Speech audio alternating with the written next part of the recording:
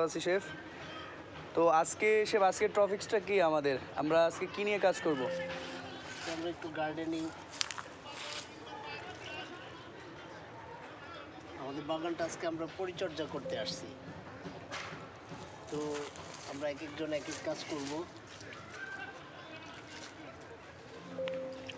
চলেন আগে আমাদের ফসলগুলো দেখি কি কি হয়েছে।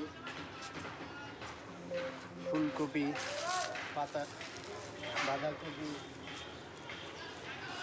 বিশেষ করে এই যে এখানে